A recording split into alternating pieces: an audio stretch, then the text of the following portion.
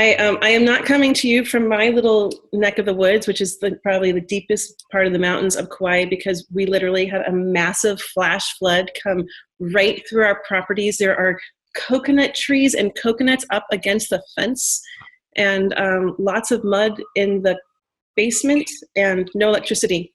So I'm at my lovely friend's house.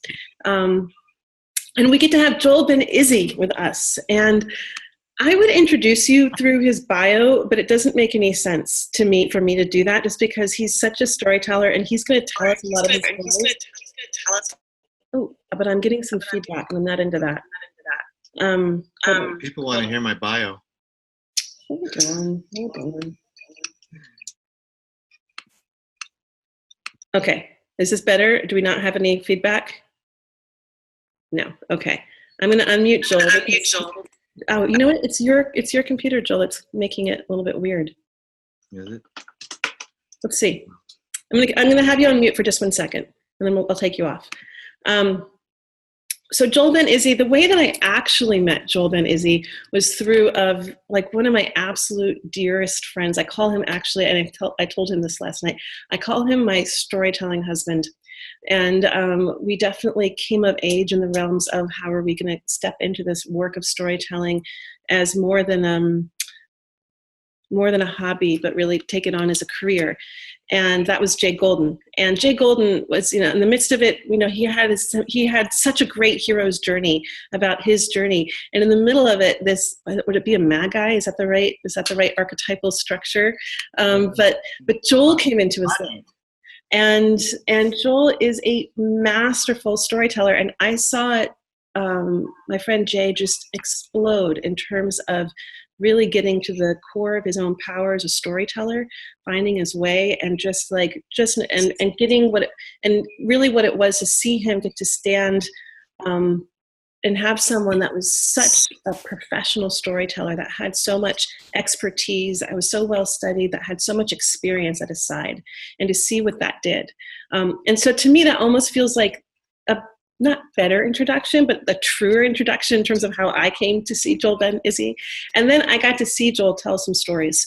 And what I can tell you is that I was beyond mesmerized. And I thought, oh my gosh, whoever can spin a story like that, would I ever be so honored to get to learn from, get to listen to. And every time we get to talk, I hear story upon story. I always walk away juiced and thinking and richer for the experience. And so when I was dreaming up who could, we've had some really extraordinary people come and like kind of talk about the esoteric elements of storytelling, the multidimensional parts of storytelling, the voice parts of storytelling. And now we've got someone here who's just like freaking masterful at the craft and art form, who can get very tangible with us in a way that we haven't gotten to experience yet.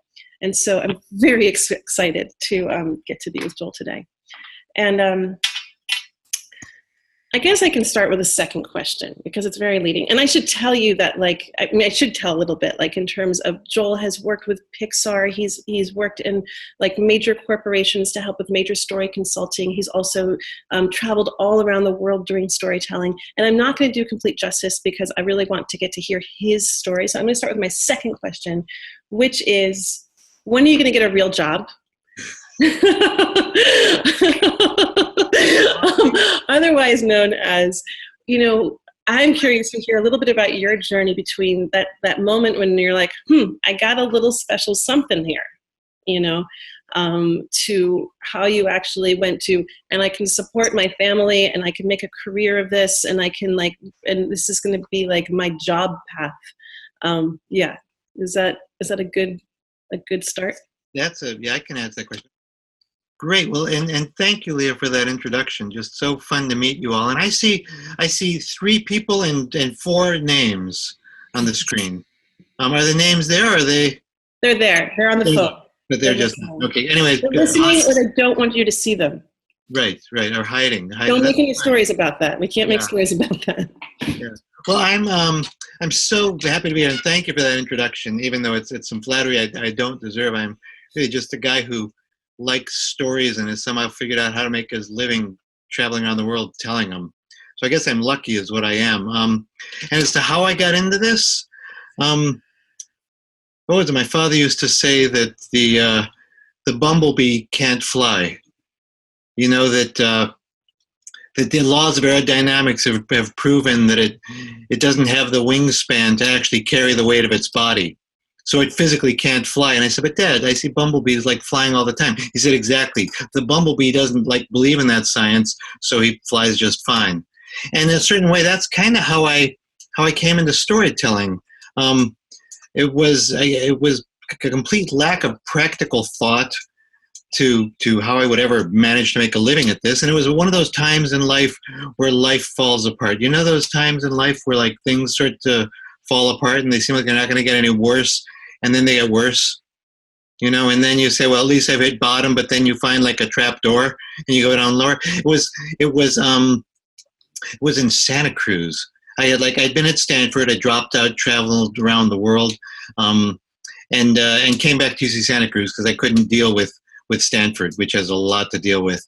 But it was a time when I had a broken heart. I'd been in an auto accident. I formed a mime troupe at one point, and we decided to travel around the country doing mime performances. And it ended up being everybody. It was called the Real World Mime Troupe, and which was a good name because it hit the real world very quickly. There were 8 of us, and soon 7, soon 6, soon 5, soon 4, soon 3, and then just me and a guitar player driving across country with plans to do something until we got to the intersection of 119th and Paulina on the south side of Chicago, which is the baddest part of town. And we met a woman named Mary Rose Torres, who was driving a white Mustang at about 45 miles an hour.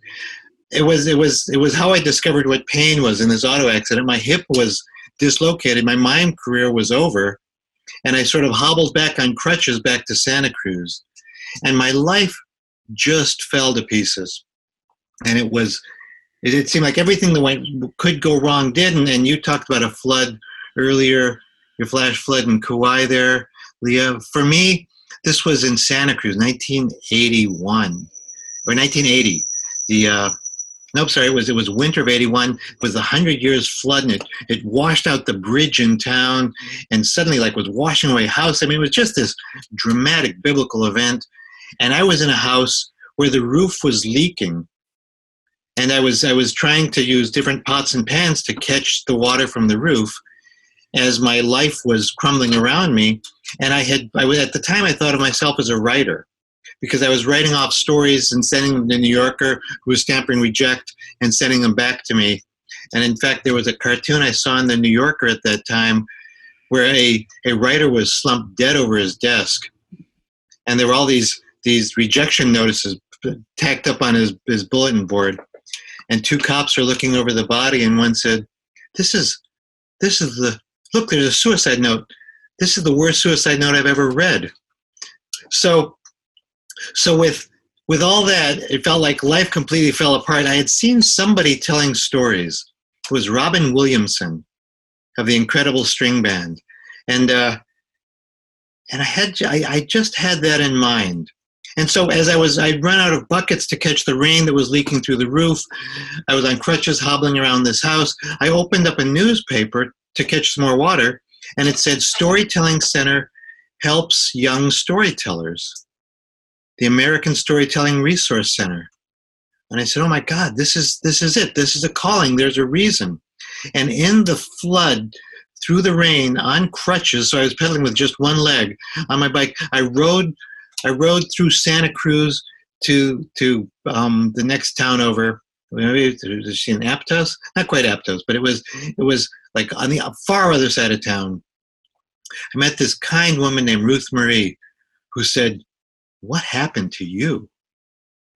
And I told her the whole thing. And I ended up by saying, and you know what? I saw this guy, Robin Williamson, and now I want to be a British storyteller. And she said, what? I said, yeah, I want to tell stories of mist and the lochs and Lake Griguchs and the mountains and the wonderful winds. And she said, you're not a British storyteller. I said, well, then how about a Yiddish storyteller? And I began to look in some stories of my past. And what was the question? No, and somehow The question is, when are you going to get a real job? No, I mean, the question was, how did you know? What was that moment when you're like, hey, this is something I'm really good at? You know, and obviously I love hearing your story because it's like this found you, you know, as much as you found it, you know, and it's like, and when is that moment when you're like, this is more than just a passion. This is something that I'm going to make into my livelihood. It's, you know, that into any answer you feel like answering, by all means. Yeah. You know, that moment, I think, came somewhere when I saw, you know, I had done, as a kid, I did, I mean, everything's a long answer because you ask a storyteller, you get a long answer. As a kid, I had done magic shows. And my recent book, Dreidels on the Brain, is sort of chronicling stories. Here's a picture of me as a childhood magician and a bet I made with God. But I had done magic shows, and it felt like it was all about props. So I gave that up and did mime. That ended at that intersection in Chicago. And yet, even with mime, there was something I found. I love to talk about it, but there was a moment sort of seeing the storyteller of the Griguch and the mists and the Lach.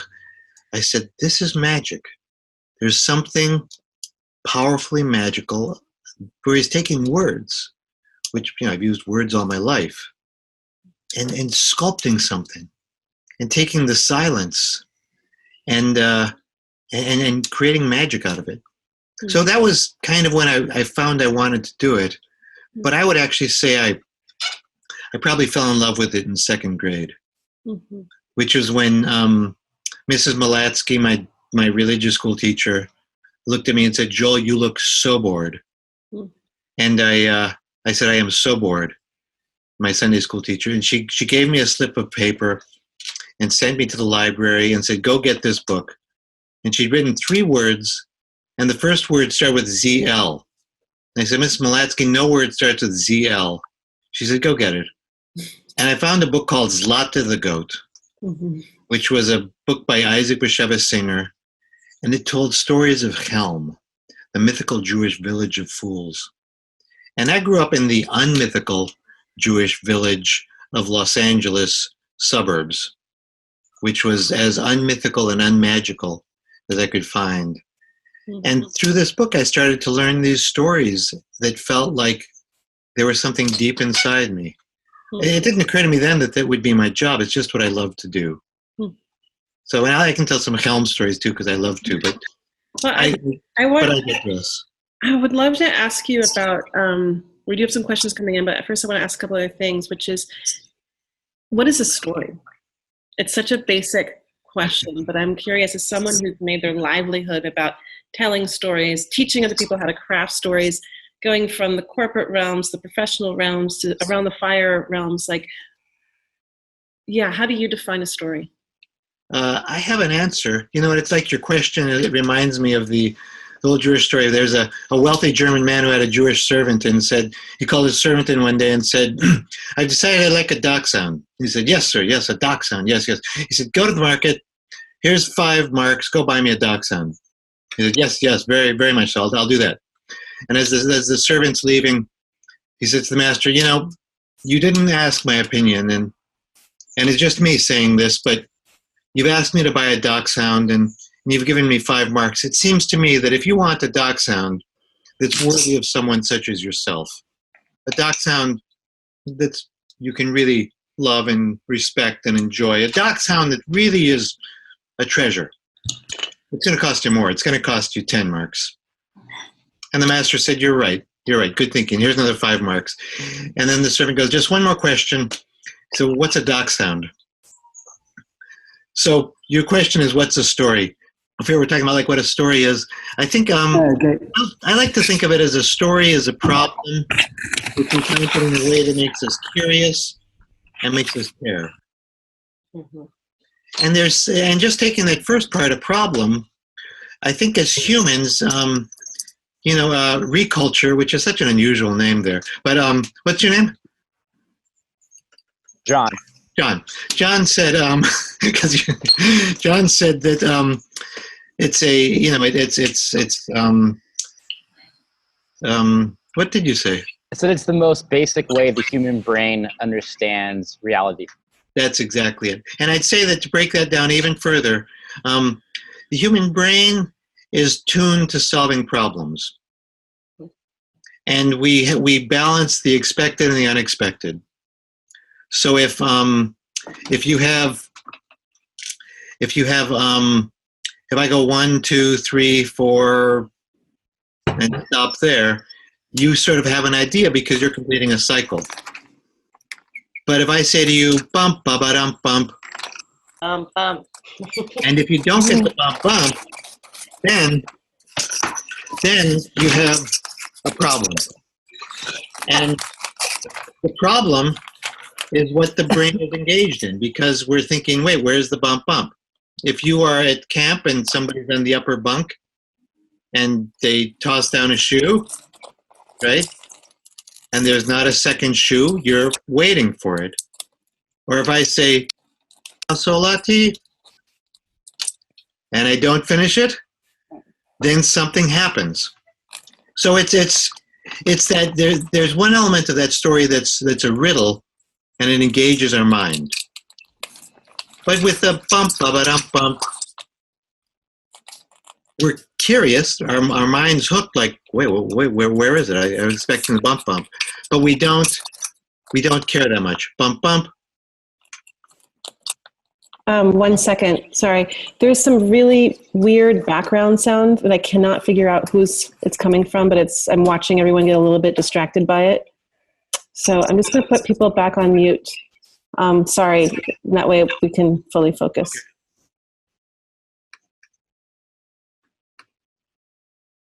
Okay, back to you, Joel. Sorry about that. Right. So there's this aspect of a story that's a problem that makes us curious and makes us care. And we look to that as something that's simple. I mean, I'll give you an example, and it's sort of easier to talk with an example. Let's see what I have here. Here we go. It's a story that came to mind from an old city of Jerusalem. Raise your hand if you've been there. Anybody? Tevye, Ophir, yeah, Ilana, some of you have.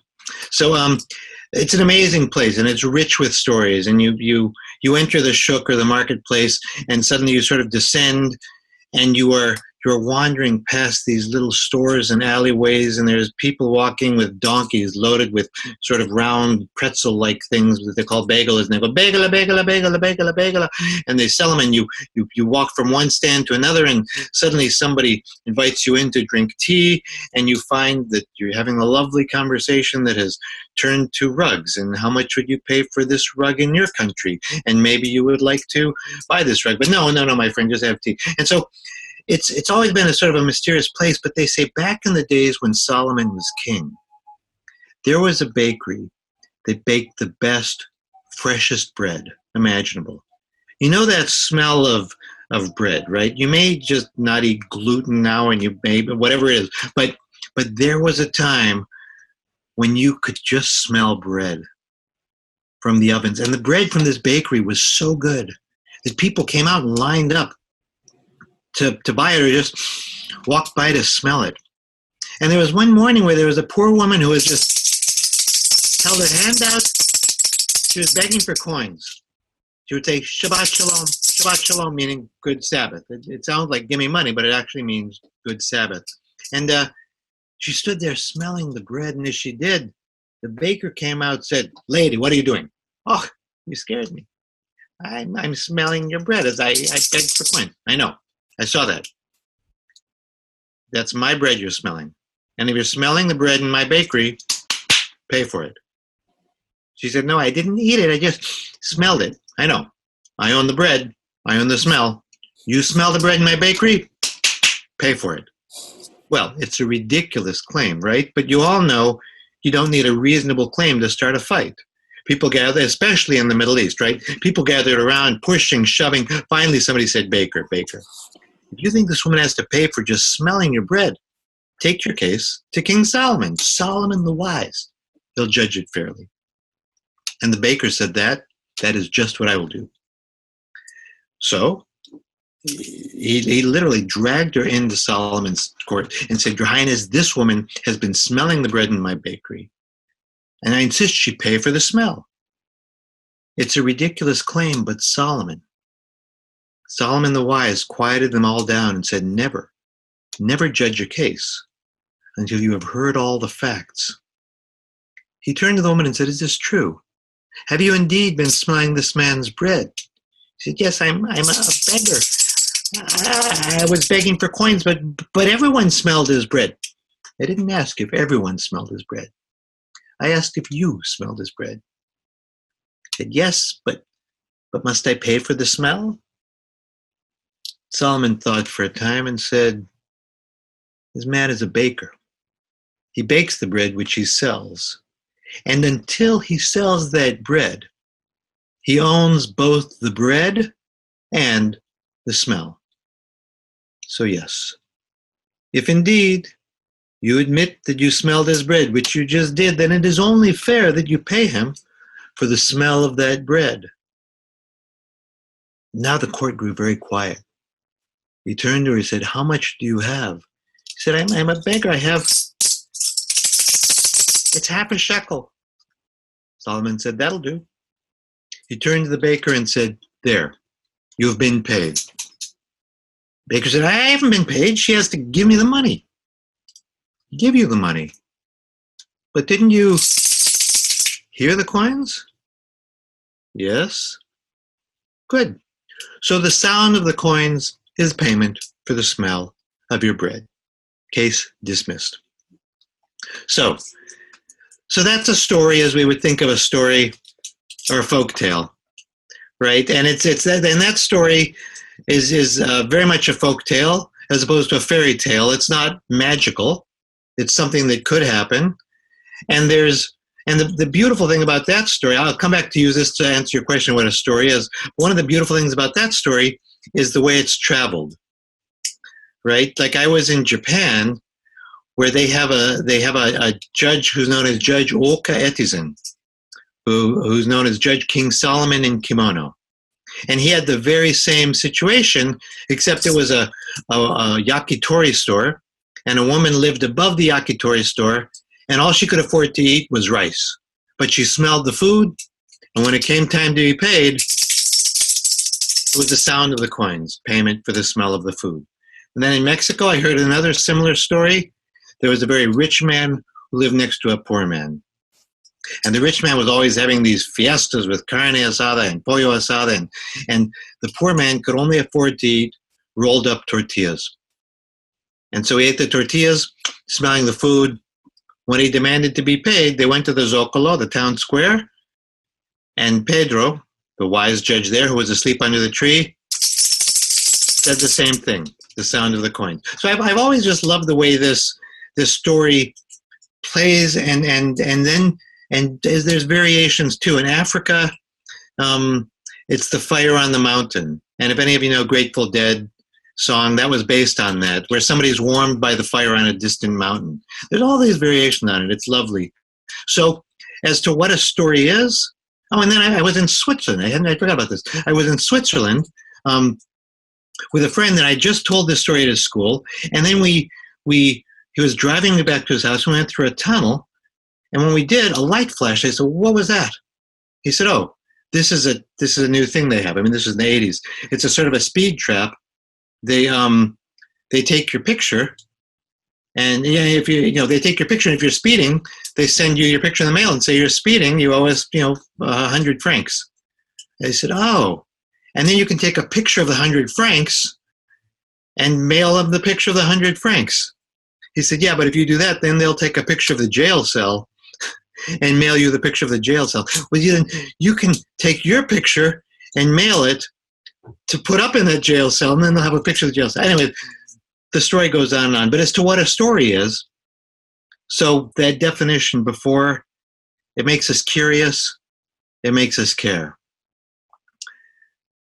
What happens in a story like this, just to analyze it and show how that goes, because it's a very solid story. It really holds together, it pays off well. And in a story like that, we start with what's known. right? We know the smell of the bread.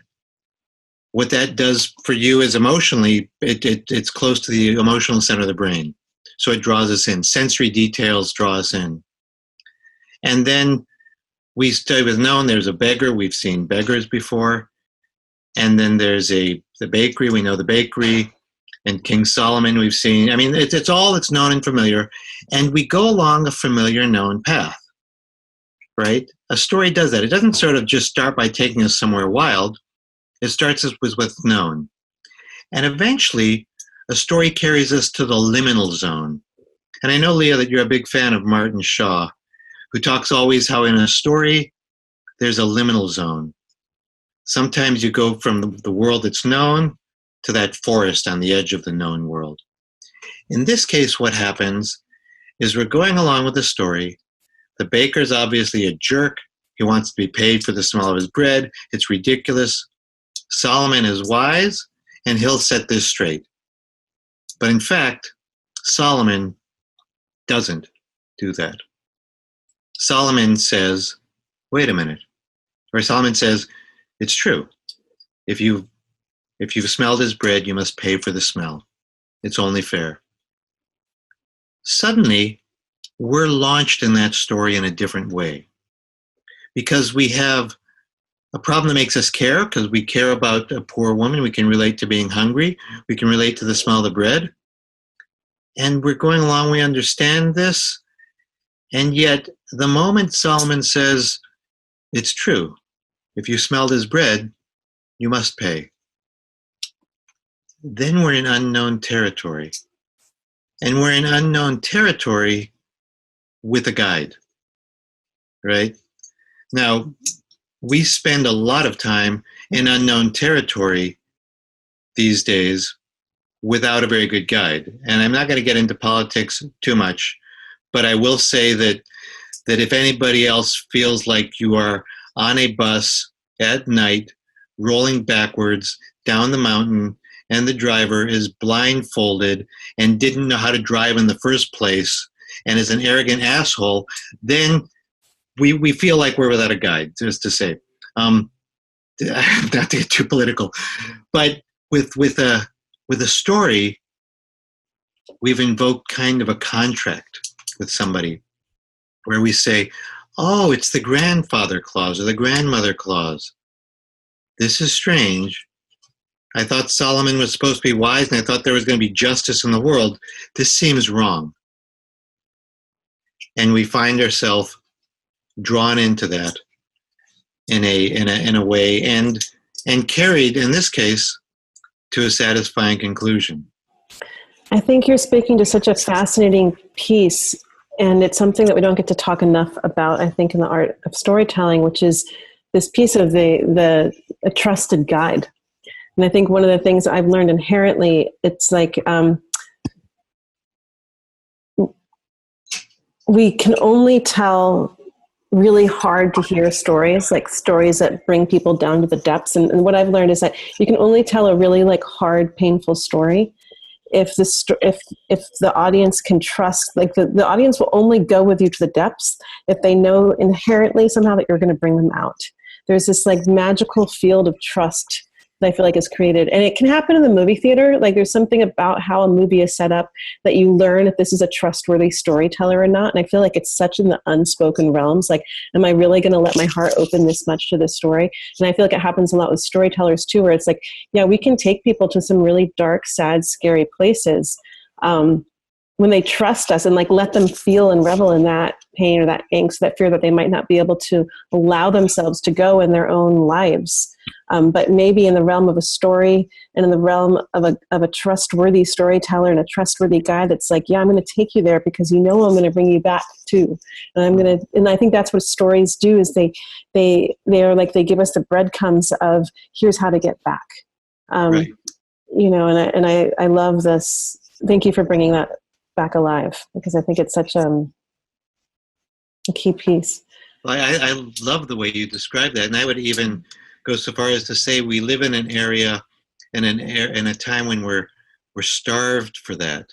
Mm-hmm. Partly because a lot of stories take us, and the way it's often used, it can be misused, is to take us somewhere and hold us hostage, or take us somewhere and get us money. Here's this whole story, so you need to buy this deodorant, right? Here's this, and or just more likely, just the overwhelm of the world and the news, and just the sheer amount of information and images coming at us, wanting our attention. Yet, as much as that happens, it's not that we don't want it; it's that we want it all the more. And I think that the age we're in is one where there's such hunger for meaningful stories. I mean, I think that may be partly why you're here in this class, is that we really want someone who has been there and who's been a guide. You know, and one of the early phrases I always loved for a storyteller, sort of used by an anthropologist I knew, was a boundary walker. Is this a phrase you've used? Yes. It's I heard it described as you imagine sort of in ancient times. There's sort of your tribe and your known world that goes up to sort of that mountain over there in the distance, and that the ocean over there. But there's somebody in that tribe who goes to the edge of the known world, and then comes back and says, "I went over that mountain, and you know what I saw?" And so for storytellers, I think this is how we grow, and we look to trust people like that. And I think find that. I think also, like, I don't know about you, but I have to be careful of this too, because sometimes when I'm in a really shitty scenario, I'm like, well, it's going to make a good story. It's like everything is worthwhile. I think when you're a storyteller and you're like, okay, I'm gonna make this into nourishment at some point in time. Joel, what you've been telling so many stories along the way, which I just really appreciate. And That's what I do. If I don't, then we know something's wrong. That's another story I can tell you. We have, oh my God, I have to tell you guys, this one of the funnier and stranger experiences I think I've ever had in my life was with Joel, where he was coming over to be part of a storytelling event, and it was going to be a rare moment where I was just producing it and I wasn't going to tell a story, and I was kind of excited about that. And then at the last minute, and it was stories about it was literally about this kind of topic. It was very soon after the elections, and there was just a state of fear, and I felt like people really needed stories where people had talked about how they'd gotten through hard times, and so I gathered people around to tell these kinds of stories, and the morning of, one of our lovely storytellers gets laryngitis or pink eye or something, and she can't come. And so I hop in to replace her. And Joel and I are on our way there, and he's like, well, what story are you going to tell? And I was like, well, I think I'm going to tell the story about the time I got thyroid cancer, and I thought I was going to lose my voice and didn't. And I'm like, what story are you going to tell? And Joel says, oh, I think I'm going to tell a story. He was like, I am going to tell a story about the time I got thyroid cancer and did lose my voice.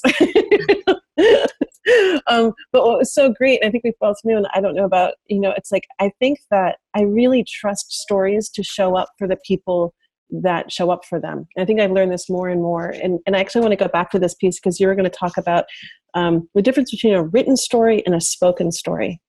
And I think that for me, there's a very fine line between the discipline of really working a story. And I feel like I really see that in you and how you present. It's like I'd love to hear more about your process also, and how much do you work with a story before you think it's ready to worthy of an audience, And I think I've come from a bit of a school where it's not so much about memorizing every word, but really understanding each beat, and really knowing the story so inside and out that it can come alive in front of an audience, and that the experience of being with an audience will actually draw out different parts of the story. And I've really seen this happen.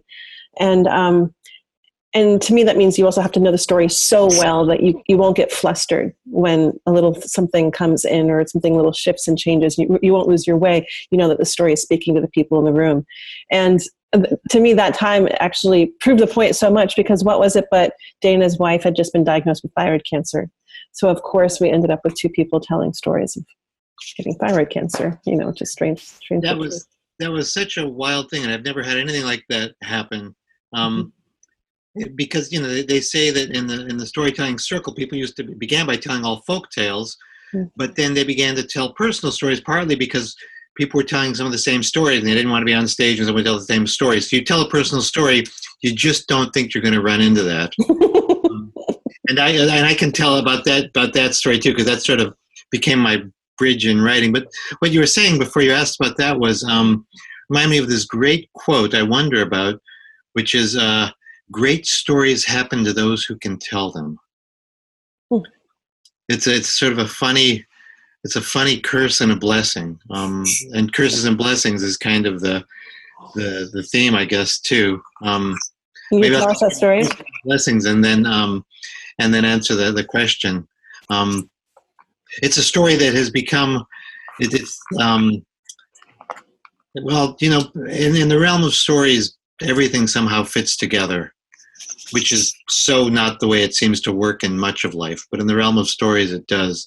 And that story, the one that came to mind of curses and blessings, is one you might have heard, but it's always worth hearing a story again when you've heard of a man in China who had a beautiful horse, and people would come from miles around to see this horse. I've been thinking of China. I'm going to China in May, and starting to focus on Chinese lore and folk tales. People would come to see this horse and admire it, and they'd say, "You are truly blessed to own such a horse." The man said, "Who knows? What seems like a blessing may be a curse." So one day that horse ran off, and it was just gone. And people said, "You're right, it was a curse." And he said, "Who knows? What seems like a curse may be a blessing." 2 weeks later, that horse returned, but it wasn't alone. It was followed by 21 wild horses. And by the law of the land, they became his property. And suddenly, he was rich as could be. His neighbors said, "You are right, it was a blessing." He said, "Who knows? What seems like a blessing may be a curse." He said, "How can you say that? You're rich." Not long after that, his son, his only son, whom he loved dearly, was riding one of the wild horses. He was thrown from it and broke his leg. People came to say, "You're right, it was a curse." He said, "Who knows? What seems like a curse may be a blessing." "How can you say that? There is your son in pain." A few weeks after that, the emperor came through that village and drafted every able-bodied young man for a war against the people to the north. It was a horrible war, fought for the emperor's own greed and no other reason. Every young man who went to war from that village was killed. The only one who survived was that man's son, because of his broken leg. So to this day in that village, they say, what seems like a blessing may be a curse. What seems like a curse may be a blessing. So that's a story that to me is always emblematic of this process of those experiences you go through and try to find them and try to sort of say, what am I learning from this? And put in our definition, there's a problem, there's a riddle, what's the answer? Because if there's a lesson I'm to learn, in this story, that's how I'll know I get to the ending. The bump, bum, bum, bum, bum. And for me, the one you alluded to was I had been traveling around the world telling for some 15 years when I found, like you did, I had thyroid cancer, which was treatable. It's like a good cancer, which is like jumbo shrimp, right? Or friendly fire, like what the hell do we mean? But for me, when I woke up from surgery, and I said to the doctor, "Why can't I?" He said, "Oh, I wouldn't worry. No, we do this procedure, and sometimes the nerve's in shock. It could be 2 weeks." And after 2 weeks, I said,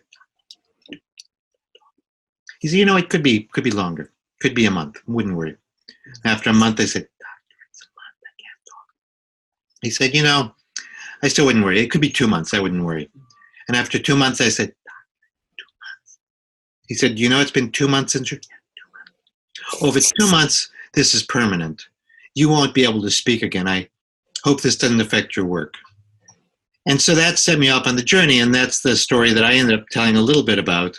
And it sort of put that to the question, like when you can't tell the story and will not be able to tell it again, does a curse become a blessing? And it does. There's always something.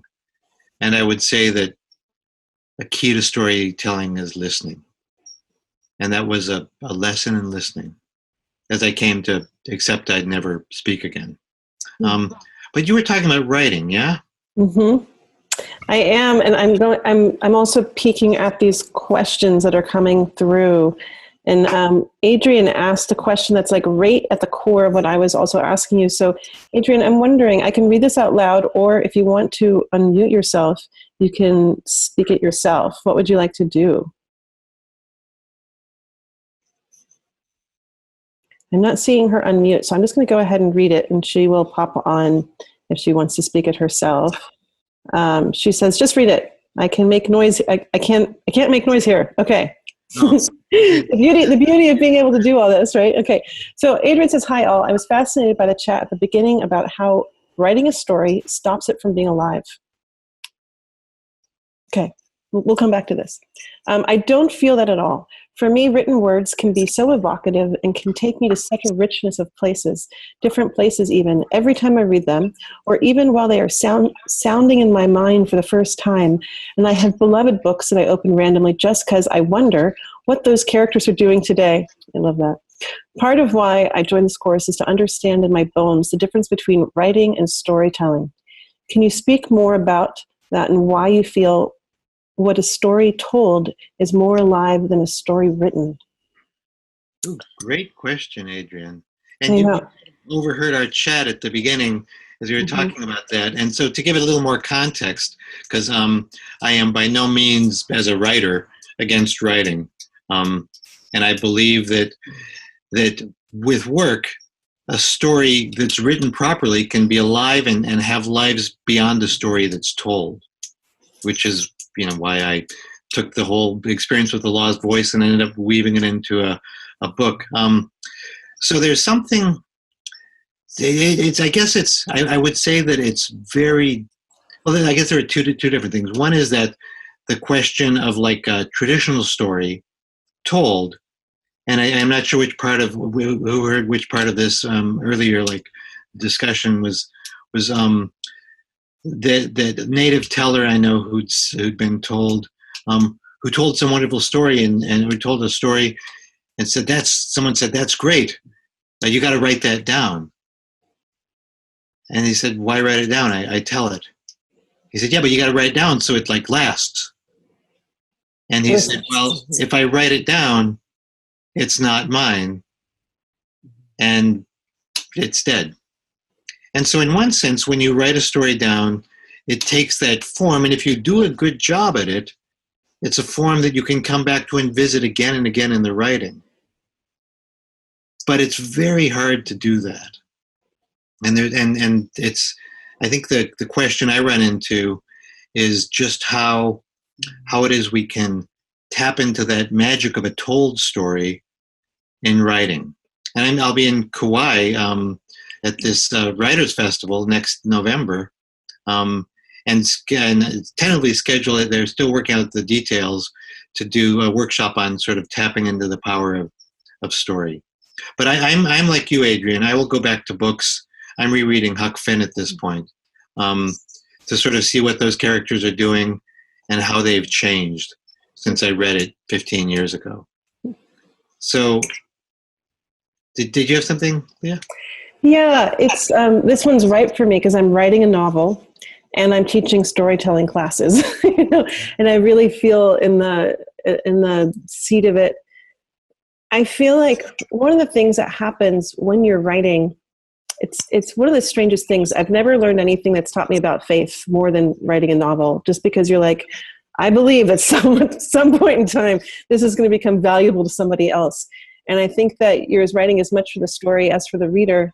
And the entire time you're doing this magical thing with the words, and your entire relationship is with the words and how they relate to each other and the experience that they're going to evoke in the person that's reading them in their own. And how are you going to build the room so that they can see it, but also activate their imagination enough so that they create it themselves. And there's this whole thing that you're doing with words for someone that's going to have a solo experience with it.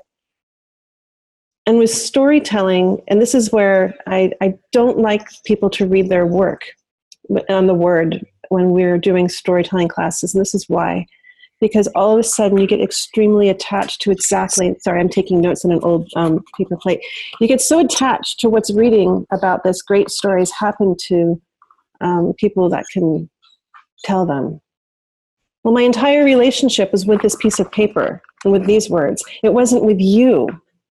You know, I didn't get to look you in the eye and say, great stories happen to people, you know, who can tell them, you know, and have that come through. And there's an aliveness that comes through. So I feel like they're different art forms, you know, and I feel like to be able to take a story that can be told and put it into the written word, I don't want to say that they're apples and oranges, but they're different art forms and they take different skills. And that's my take on it.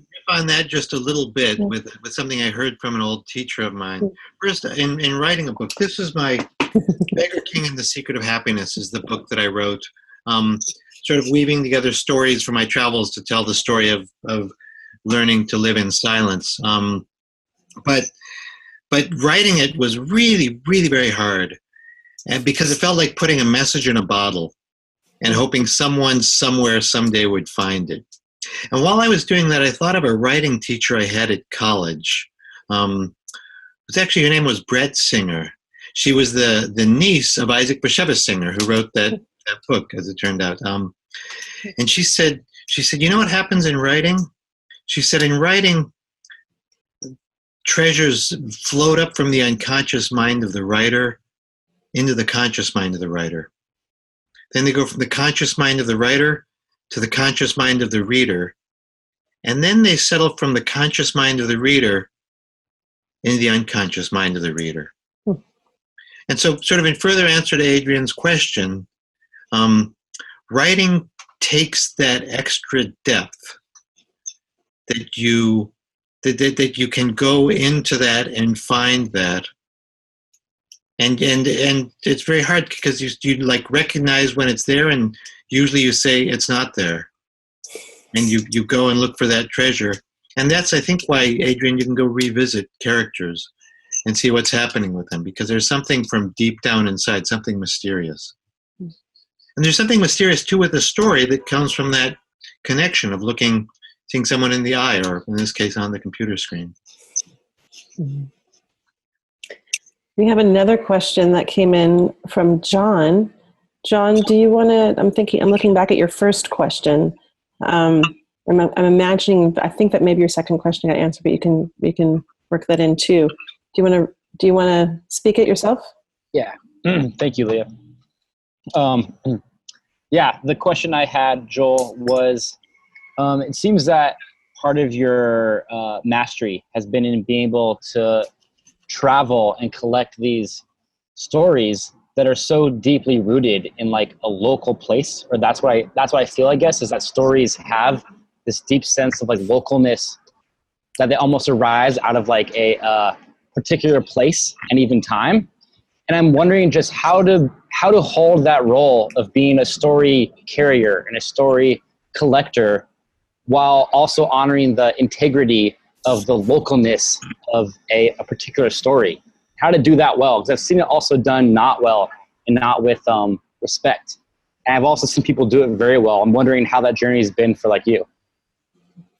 First, I got to say, John, that's a great question. I've never been asked that, but it's really perceptive, because it's a question I've asked myself in traveling and telling stories. I'm not simply a story importer, and there's a way that in a culture that often like turns things into commodities, there's that temptation. I'm going to grab this story and I'm going to take it here and make it my own, and I'll own it. Or like the the old Far Side cartoon had the the two guys on safari, and one guy had a butterfly net, and he caught this beautiful butterfly, and he said, "Oh, look, the rare Australopithecus anchithecus fragile specimen of human life, a butterfly life and a perfect specimen. Hand me the ether," right? So it's that sort of that taking it and claiming it its own, to take its life out of it. First, there are stories that aren't mine to tell, and I respect that. Just because it's a great story doesn't mean it's mine, and it has to somehow find me as one to tell. And there are tales that I've told that I used to tell, like some I'd heard from a Native American teller, which I thought, wow, that's great, I'll tell it, and to me it's just wrong. And so I've stopped telling it. But I would also say this, John, is that is what makes it work is that I bring into the story not just the story, but my discovery of the story, my relationship to the story. And because of that, it helps me avoid the pretense that I am actually that Irish storyteller down there who happened to have heard this story from, who happened to be legit. I can't bullshit when I tell stories. So I think that helps me, and to be honest and admit it. I mean, the beauty of the art of storytelling, as is distinct from theater sometimes, is there's no fourth wall. And I can say, let me tell you about this story. Let me tell you my relationship to this story, and lead you into it. Does that answer your question, John? I sort of want to ask you guys a question, because you've been sitting there listening. I think with stories and storytelling, it becomes, it can become a thing. And by a thing, I mean like you hear a story and you're moved by it, and it's powerful, and you see some great storyteller and think, wow, that's a great storyteller. It gets elevated like an importance, and you respect myth, and it becomes like this, it can become feeling like high, mighty, very significant, far away art. And I want to sort of dial that the other way and help people start to just look inwards to see their own stories a little bit. So I want to just turn the computer around a little bit.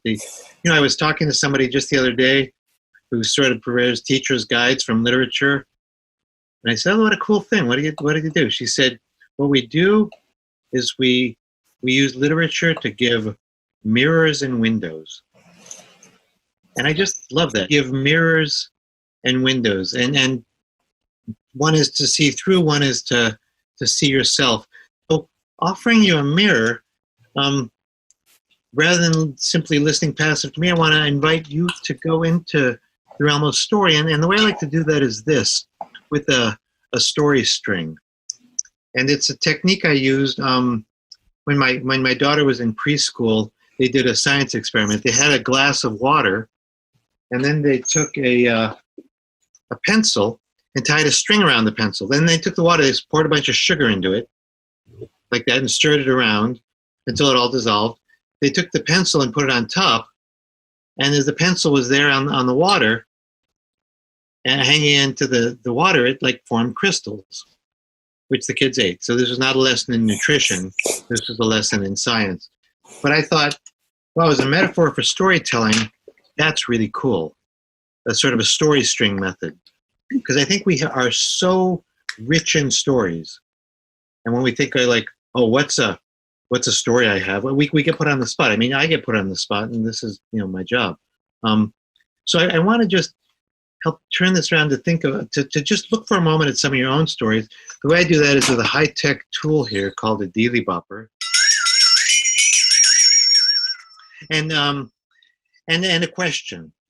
So the question I'd like to ask you all to think about is this, and I'll give you the question, use my high-tech Dealy Bopper, and then give you 30 seconds to think about it, the answer, and then one of you will be moved to, oh, Joe, just a second. Can I close the door? close the door when I leave. Who are you talking to? Yeah, my wife is outside. Now my dog's gonna want to run outside. Well, I'll give you the question, then I'll go chase my dog. But the question is this. I'd like you to think for, say, 45 seconds about a place you used to love to go. And whichever place pops in your mind first, that's probably the right one. Let yourself go there, and as you go there, imagine that you're approaching that place. So you're not just there, you're going toward that place. And you may be approaching it one way or another. And imagine you're there at a particular time of year, or maybe a time of day. And as you go there, imagine you're approaching it with, of course, what you see, but also what you hear. And then what you smell, and what you might taste, and what you might feel while you're there. And of course, feelings are too many to name. There's sensory details, and then there's emotions. Let those come to you as you go to that place.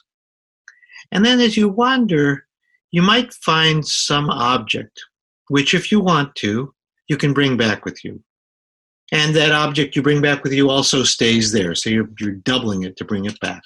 So that's it. Just take 45 seconds of silence when I start the Dealey Bopper. Let yourself go to that place you used to love to go. You can close your eyes if you want to, just stare at the screen or anything. And see where that takes you. Let yourself go there with all your senses. Let yourself approach there, that time of day, time of year. Take 45 seconds and do that starting now.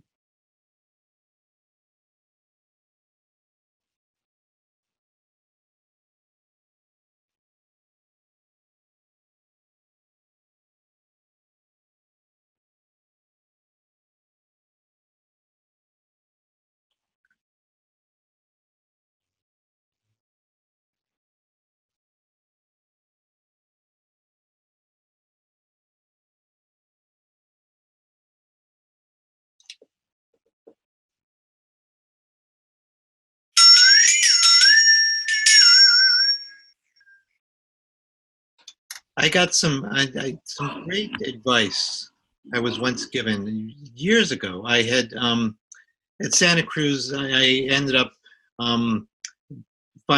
studying with this woman and doing an independent study so that I could study storytelling because they didn't offer it. And I, at the end, the assignment was that I was supposed to hold an event at the college lounge, the dorm lounge, and just tell stories. And I remember standing up in my class, it must have been my Faulkner class or something, and said, "My name is Joel, and I'll be telling stories tonight at College 5 Lounge, and there's food, so come at 7, please." And I sat down, and a woman I didn't even know came up to me and said, "Oh, stories, yeah." I said, "Yeah." She said, "Are you nervous?" I said, "Yeah." I said, wouldn't you be? This is my, first time performing. And she said, "Well, it depends." She said, "Well, what stories are you telling?" I said, "Oh, well, I'm telling, these are old Jewish folk study. I said, "I'm not worried about the stories. The stories are beautiful. They're old Yiddish stories and Helm stories. They're like polished rock stream. I'm not worried about them. I'm worried about me." She said, "Oh, in that case, you don't have to worry." I said, "Why not?" She said, "Because when you tell a story, you disappear. You become a conduit. The story flows through you, and the audience doesn't even see you. They see the story." So, whereas I could make that point, I think both Tevye and Ophir just illustrated it beautifully, right? With Tevye, we we were on Highway 1. We were smelling the ocean, and we were going down to that river and putting our feet in the where the river meets the ocean. Without fear, we could smell the eucalyptus, and we're going up there. We could see that peeling green paint. So I guess part of what it is if you tell a story that's really meaningful to you, and you're sharing it as a gift, it sort of naturally feels embodied. That's my sense. And sort of in answer to Leah, something you asked about that before, like when a story is ready to tell, I work a lot fresh and spontaneous. I have never actually found a way to rehearse. I'm sorry to say, and there must be some way to do it, but I find my best storytelling develops live with people there, because it's that connection, and it's partly, of course, it's like Malcolm Gladwell writes in The Tipping Point. You get 10,000 hours doing something, and you'd sort of feel natural at it. So part of it's a lot of time just being there. So I have faith that somehow the story will come. Where I get nervous is beforehand trying to decide what story to tell. And once I know what story to tell, I got it, and I can go with it. As a kid, I was very much into stories, and without thinking about it. Mm-hmm. And I remember, like, I found my second grade report card, and it said, "Joel is really great at stories and puppets, but I doubt he'll ever hold down a regular job." The teacher wrote. But I want to actually give an honest answer, because it's actually harder. So I want to go to some new territory for me on this, which is, I've always said stories fly to me and stick, right? And stories happen to those who can tell them, and I've always felt that stories just sort of come to me and natural. And lately, in recent years, I felt more like fly paper with too many flies on it, which is a really disgusting image, I know. But it's a sense of sometimes overwhelm, too much stories. So for me, the process is one of pruning and trimming back and giving up space. So meditation is a great help. Silence is a great help for me. Any kind of exercise in nature is a great help. Normally what I'll do, like when I'm writing something, an ideal writing day would be sort of facing that blank page in the morning. Well, usually it begins before that with like sort of showering and alone. And the best creative process I can say for me involves if we've been up late the night before and there's a bunch of dishes and my wife is taking the dog out and I can do the dishes. That's the most creative process. And sometimes I will like take dishes out of the dishwasher that are already clean and wash them again. There's something about doing dishes. It's a wonderful creative process. And then time to be quiet alone and think is good for writing, and let myself have ideas that come in the shower. And then later in the day, I will I'll sort of do that editing. And Leah and I were talking about editing before, where I sort of can go through a punch list of sort of, fix this transition and work on this. And it's sort of more productive, but not necessarily creative. And then when I get stuck with some riddles and things I'm stuck with, best is to go on a bike ride. I live in Berkeley, so uphill to Tilden Park, and on that ride, things resolve themselves. But the challenge, I think, for me is having quiet. Mm-hmm. And I'm such a people person that I need to give myself that. So does that It does. Thanks. Yeah. I think it's also good to begin to recognize stories that you have. Mm-hmm. And from storytelling, I believe actually in lowering the bar. Because we, sometimes I've done a workshop or somebody will say, well, who has a good story? And I say, screw this good story stuff. Who has a story that's meaningful and something to share? without putting any judgment on it.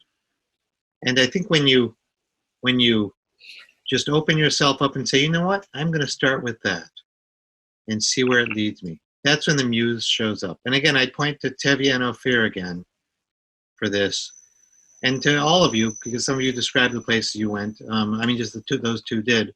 But that place that comes to you, your unconscious mind is there, sort of working and processing to see what treasures there are. So I think it's you know how sometimes when you're driving along the road and you see a sign that says soft shoulder, you ever see that? I think it means relax your shoulders. There's too much tension in your shoulders, and you want to feel it when the story taps you on the shoulder. It's a very subtle little thing. And at this point, I've gotten used to trusting it, so most everything reminds me of a story, and I will just follow that story that comes to me more and more when I'm doing well. This is a comfortable situation. It's easy. I'm just looking at you guys through my computer. So I would say trusting that intuition. Like when I asked you, Ophir, to go to a place, did you go right to that kibbutz and that hill? Yeah. So whatever force took you there is the same force to trust, to follow that story where we go and develop. It's I think what happens when you talk about developing it, when I'm telling a story, I don't have another story come up to me and say, tell me instead. And I like I say, for me the easiest development is with an audience when I'm talking to somebody. Writing though, I'm like all over. And I have to sort it out and get rid of stuff and switch hats. And at one point put on my critic's hat and say, all right, what here is worthwhile? Not this, not this, not this, not this. All right, maybe this. So then I have to sort of choose between those. I think you can also kind of make agreements, with the souls of the different stories. It's like, I'm like you, Joel, in terms of, it's been interesting because ever since I took on this like a massive, really long book, I've been like, no, not many other stories have come my way. Like a couple, one a year. I'll get one a year that will come through. And I feel like that's all I can really handle, and because one of the things that I feel like I have to do to respect the stories is to make psychic space for them. And it's like what you're talking about with doing the dishes. It's like making sure that my mind isn't so filled that I can hear it in those very few moments in between, because I feel like that's when the stories start talking to us so much. It's always not in front of the computer. And I feel like that issue of having too many stories on your plate is a really challenging one as a creative. And I think you have to be like, I've done different things where I actually made like all these envelopes, and I would say, I'll write down every new idea that comes through. And I actually heard about this from some Hollywood producer. He had a drawer in his desk, and every single idea he had, he wrote it down and he put it in his drawer so that if he ever got dry of ideas, he'd have a place to go. And I feel like I do that as much as I can, just to kind of respect the muse, where I'm like, I really want you to keep talking to me. So like, don't think I'm going to ignore you. I'll write down the idea, even if I'm not going to do anything with it, but I'll put it in a special place, Does that work? It does. It does. I don't know that I've ever actually gone back. For my book, I actually have a pretty good discipline of keeping notes, because I'll never remember all the ideas. And I would say 3 out of 10 ideas I actually do integrate into my book. And the only way I would actually get to do that is by looking back on my notes where I wrote them. I'll often email them to myself and put them in a folder. And then when I go down to write, I'll go back and check that folder and be like, oh, 3 of those are good or worthy of going in. And as for stories, for me, it's like, if a story has so much meat, I'll usually just write it in the moment. And, the muse has been kind enough to give me like short stories and not more than 2 massive ones at a time. Michelle says, I have a zillion of those envelopes. I saw that. Yeah. As you mentioned, I remember I once hired a coach. Because I once hired a coach who helped me, to get all these things done, because you have a million tasks. And he had me make this huge piece of cardboard with all these sticky notes and Post-its, and there were like 12 different colors, and there were like 157 of them, and everything you just do a Post-it, do a Post-it, do a Post-it. And finally, I made one Post-it that said, "Get rid of these fucking Post-its." Stuck it up there, took down the rest, and it was a machaya. It was great because I was just overwhelmed. I would say this though, and answer a little more to answer your question, Ophir, is that as you go with stories, there are stories, and then there are stories that become big stories. Mhm. And the big stories take some work developing scaffolding. Like with the story of the Beggar King and the Secret of Happiness. The Beggar King is a King Solomon story that I've loved and I heard in Israel and told many times. And that about King Solomon losing his ring to Ashmedai, the king of the demons, and being forced to wander in the desert as a beggar. And this I use this story to frame my own story of my lost voice and learning to live without being able to speak. That story took a lot of structure and scaffolding, and when you have that big scaffolding, then you can have a lot of places for those little ideas and envelopes. And you say, oh, this is the first chapter is called The Lost Horse, because it begins with that story of the lost horse, what seems like a blessing, maybe a curse, what seems like a curse, maybe a blessing. I said, oh, this is for that, and this is for that. So I think when you find those big stories and commit to them, I think the other stories notice you're wearing a ring and maintain a distance from you, and a respectful distance, but just a distance. Mhm. Thank you. Other thoughts? Again, I have more stories to tell. But I want to make sure to offer you any insight or wisdom. I think, one of the things we're stepping into more and more, and this group in particular has been rather passionate about, is telling their own personal stories. Mm-hmm. And I would think if there's any piece of guidance that you've learned about, the art of telling the personal story, I know for sure that they would love to hear your wisdom on that. Yeah, be happy to, because that's a lot of what I've done these days, is sort of back and forth. Like I say, the liminal zone for me is between the personal and the folkloric or mythic. One thing I've found is these story strings can be really, really very handy to have. And I can offer you a few more. And if you want, well, I have, what I could do is, Leah, is I could send you an email afterwards with a list of some favorite story strings and some story tips, and you can just share that with the class. Mm-hmm. Also, too, I have a website I've just started. Finally, I had a website for like 100 years, back when computers had squirrels inside them. But this one I'm actually doing stuff now and writing blog postings and some videos and things about personal stories. A few that would be on this list was think of a teacher. And here, maybe I can help you, just because I realize that's such a general question, but how do you know when you've got a story that's worthy of telling? How do you distinguish between, this is a kind of a cool story, and this is like a story worth going and cultivating, mining, and bringing to an audience? I wish I had a better answer for that. I follow my intuition. Mm-hmm. But I try not to see what's worthy. I try to see what's present in the story. And what I've found is with personal stories, pretty much everyone is a great storyteller when they are telling about something in the right context and something that they care about, something that's meaningful to them. And again, we heard from Tevye and Ophir. I'm sure that if anyone in the class had spoken up and took us to their place, that bit of a story, that description, becomes powerful. It just comes out naturally. It's kind of like cooking broccoli. When you take broccoli, part of the end of it's not good, but some part it's not good, some part is good. But if you snap it off, it snaps off in just the right place. So if you give the right context, I don't know, that's probably not a great metaphor, but there's a way that the stories just sort of come out naturally and take their form.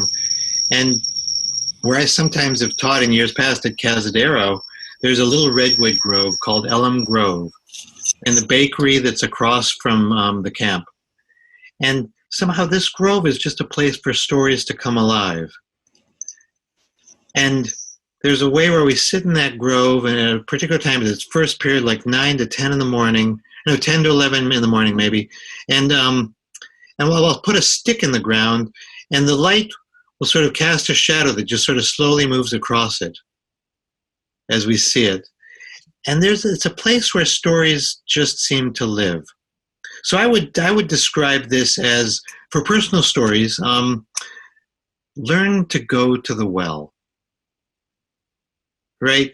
You all have a well you go to. And learn to go to the well and how to get there and how to make that path to the well. Right? I asked you for a place you used to love to go. You took 45 seconds, gave yourselves time, you went to that well. I could ask you, think of a teacher you used to, who really, a teacher you remember. Think of a teacher you remember. You could take 45 seconds, and you could do it with somebody or do it by yourself, and you could go back and with that same technique go see that teacher you remember. If I was to say, think of a time when you found yourself absolutely astounded by a single color. Right? And again, I'm just giving these as lists, not to do now, but in real time. Tell about an animal that you encountered. What's something you've lost? What's a food you love to hate? What's a food you loved when you were a kid? What's a food you hated? And what happens is that by letting yourself take these questions, you are finding that path to the well. And maybe that's kind of the creative process, is to see, you want to share your stories, how do you get to the well? And when you get to the well, let yourself go there and see that. And then over time you'll explore, and if we were to work more with this, we'd see, well, the stories have a shape with an ending, right? Tevye's story ended with putting the feet in the water. That's where we got to. And once you know that ending, that becomes a very natural way to get to the story. So I think for me, it always helps to know the ending. Some people can make up a story as they go along. I can't really do that. I have some vague idea of an ending, and once I have that, I can go this way, that way. You know, Fear in Israel, they have a great expression for doing something the long way around. It's like this. Have you ever seen it? Doing something the long way around? Yeah. So anyways, so let yourself, for me, it's to wander and say, and finally you have that little gift that you're going to give at the end and say, oh, I'm going to give this to my audience. That sense of dipping my toes in that river. Once you have that, then we trust you that you're going to lead us somewhere good, somewhere that's good to you. And we don't need to judge the stories so much, but we do need to remember to go back to the well. And I think that's not only true literally, that I think a lot of times we forget to go to the well. You know, there's a richness in life, and we can find ourselves in a busy day when we've checked our email 40 times and we've, done all these errands and things, and you think, whoa, have I been to the well? Have I gotten to the good stuff? And it's not that the good stuff is so great. It's that it's something really that's worthwhile. So I think that's really helpful, is to have those questions, let yourself go to the well, and then when it comes time, I think for telling personal stories in particular, it's creating the right context. People in a circle is good. People in a little mosaic on a screen works pretty well too. And then permission. And say, hey, can I tell you a story? And then intention, let's get together and share stories. That's something that really works. And then one last thing, and I know I'm giving you all sorts of things here, but I hope it helps. Silence is actually okay, and not only okay, it's great. It really is. And sometimes when we have like a room full of people, and you get together to tell stories, and there's just silence, and somebody thinks, oh my God, this isn't going to work. Nobody has a story. Oh, we're screwed. Shit, what do we do? No, just start with it. That's okay, and enjoy that. And that's my dealy bopper, to really make that silence intentional and to really carve out that space. Because silence is our palette. Our palette that we sculpt. And when an old teacher of mine explained that you start with silence, you tell a story, and you go somewhere, and then you get to that pause, and you're back to that same silence, but it's now sculpted in a completely different shape. Speaking of which, I have to show something that's been staring at me. I went to Rwanda a couple years ago to tell stories. And I was just writing a blog post about this, and I find myself looking at it and thought I should show it to you because in Rwanda, they make these works of art, and I'll just hold it like this. It's a particular Rwandan kind of art. And what it is you can see it's spiraled, it's textured, and it's an art that goes way back. What I love about it, and which really fits for Rwanda, is what it's made of, which is horse shit. They sort of process the manure and shape it, and then color it with these natural colors. They're in a very limited palette of colors. There's a black, a white, a gray, and a blue, and a sort of a burnt earth color. And Rwanda, I learned a lot about genocide and horror and pain there, and the genocide where teachers killed their students and where doctors killed their patients. I mean, it's this. As a Jew who grew up with the Shoah, this was even in ways beyond that because it was personally killing. But did they make these and sort of transform this shit into something beautiful? If there's a better metaphor for storytelling, I haven't found it. That's and that's, I think that's what we do. So in answer to your stories, to the question of personal stories, some of those bad, difficult experiences, as you said, Leah, those can become really good stories. And you want to process and have learned through them, right? If this was, if this was just simply raw horse manure spread on a wood backing, I don't think I would have bought it and carried it home. But so, and you don't really want to, with personal stories, make the audience your therapist. But it's when you've gotten somewhere and you say, you know what? I got something here. I've learned something. I've discovered something. I've been on a journey. And now I have something to share. Because I think that's what we do as boundary walkers. You're all, of course I don't know you other than just having seen you here, but you walk to certain boundaries of experience in life and learning and relationships and loss and sickness and the stuff of life. And you come back and say, oh, look, I've been somewhere and I brought something back for you. Before I show it to you, let me tell you how I found it. right? And then we're ready to go with you on Highway 1 or on the hill behind the kibbutz.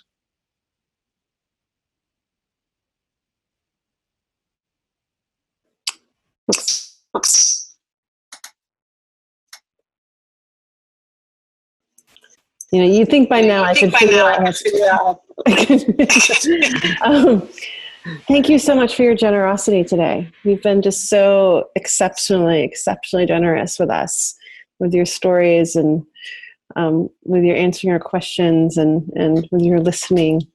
And we have a little tradition amongst ourselves, which I mentioned to you about, which is where we just take some time and we anchor in, you know, what is it that we just, what is it that we're taking away from this session? And so I just want to give everyone just an opportunity just to tune into the well that I love that you introduced us to, you know, and just tune into our own sensibilities right now in these past 2 hours almost together. And just consider, what is it that you're anchoring in? What is it that you're taking away? What is it that if you talk to someone over your dinner after this and they're like, oh, how was your class? And you're like, oh my God, you wouldn't believe this thing I just learned. Yeah, what are you anchoring in? And it's, you know, I think we have to trust, you know, what is it? Maybe Flannery O'Connor. I think the writer said anybody who's made it to adulthood has enough stories for a lifetime. Mm-hmm. But to trust people, you know, when you talk to people, to ask them for their stories, sometimes it's intimidating to ask them for a story. You can make it a little easier sometimes by saying, you know, I was just thinking about places I used to love to go, or I was thinking about candies that I ate when I was a kid before I knew they were bad for me. Or I was thinking about things my mother said, so that you introduce a topic, because once you have that, the stories will coalesce. Because sometimes, because I remember going up to people and saying, hey, you look old, tell me a story. You're lost, kid. Over. When I was a kid, I used to go up to people. When I was learning about age, I remember going up to people I would meet and saying, how old are you? How old are you? How old are you? You know, and I'd go like somebody 80, 90. How old are you? Get lost, kid. So always, sometimes it's, you know, it's like my mother used to say, when she would, things your mother used to say, that's a great source of story material. When we would crack an egg and part of the shell would get in, she'd say, you know how to get out? And I would try to chase out with my finger. She said, no, you can't really get out with your finger. What you need is the eggshell itself. And if you use a piece of the shell, it can get out that little piece of the eggshell. True. And it's right? Like that with stories. So if you want to get stories from somebody, the way is with stories. And share a little something that'll remind them of that. The other thing my mom always used to say, back to street signs like soft shoulder, whenever we used to pass a sign that said slow children at play, she would tell how when her father passed a sign that said slow children at play, he would always say, can't they play any faster? Which is kind of what we do in our life most of the time, is play too fast. You know, taking time for stories. Other thoughts? I think I'll just say, in case anyone wants to pop in, I'll just let you pop in if you would do. But one of the things I'm just really taking away is this thing. It's like, it's so often, it's like so many times we want these, like the 1, 2, 3 steps for storytelling. Like, this is how you do it. And one of the things I just kept hearing from you, it's like, well, the stories, they come talk to me, or it's like, I know in my gut if it's time to tell it. It's, you know, there's so much intuition, you know, is what I'm getting from you over and over again. It's not like there's a prescribed way to go figure out how to become a storyteller. It's really in the listening and the developing a relationship and the willingness to do it over and over and over again. And yeah, I really appreciate taking that away from you. Thank you. And I think it's as a guy, you know, in our cisgendered heteronormative society, it's been learning to develop my feminine side, which has made me a better storyteller. You in developing intuition, listening. Those things are traditionally gender female. Shall I end with a little story, or does anybody else have one today? Sure. Yeah. Well, first I'll just mention, you know, I mean, I'm excited to hear the thoughts about writing and storytelling, and there's so much to explore in this. And I don't think it's on their website yet because they're just talking about it. But the Kauai Writers Conference in November sounds wonderful. And it's like a 3-day masterclass or 4-day masterclass before the conference. It's a chance to come visit you, Leah. There. Here, can I make a promotional effort for coming to Kauai? No, And it won't be the rainy season then either. So you won't, hopefully get thrown away by flash floods. so it's really fun to sort of work on the stories and the writing together. So it's like I say, it's lovely, and we're working out the details, but I think it's happening. And if they know people are interested, that'll help to make it happen. The story that came to mind, I showed you this thing from Rwanda, and I heard this from it was actually American Indian teller who had been to Africa. No, who had a friend. It was a friend who had an anthropologist, and this anthropologist went to this village in Africa. This village with a rich, long oral tradition, as one might expect and hope. And a village storyteller, and they lived in sort of similar ways for many, many years. No running water, no electricity, nothing made of cement. This was like mud huts, and as sometimes happens in Africa, one day the government simply decided to give electricity to this village, and somebody gave this village not only electricity but a television, like on a stand. Like you had in school, like a TV on a stand, they would roll in. And suddenly all village life just stopped, and people stared at the talking box day and night for 2 weeks. These are people that hadn't seen running water, hadn't seen plastic, hadn't seen electricity. I mean, this was very much like, back in the old days. And after 2 weeks, they sort of all looked at each other, unplugged the television, stuck it in the storage hut, and went back about their lives. And the anthropologist who was there said, "This is amazing." Asked an elder, said, "What is it? For 2 weeks you watch the talking box, and then you suddenly stop." And the elder said, "Oh, well, you see, we have our storyteller, and our storyteller tells us stories, so we don't need the talking box." And the anthropologist, wanting to play devil's advocate, said, "Yes, you have your storyteller, but don't you suppose the talking box knows more stories than your storyteller?" And the elder said, "You're right. The talking box knows many more stories than our storyteller, but our storyteller knows me." Mm. And there's something about that personal connection that you can have with a story when you meet somebody, and you meet in the realm of story. And if you can meet in that realm of story through writing, that's kind of a remarkable thing as well. But it's just been so fun, Leah. Thanks for having me, and thank you to your class for welcoming me to join you in the realm of story. We have a little tradition of we do a little yay! I'll take everybody off mute. Unmute all. We can go. Woo! Thank you. Such a pleasure. Wishing you well and good stories. Yay! Thank you. Bye-bye. Bye-bye. Bye-bye.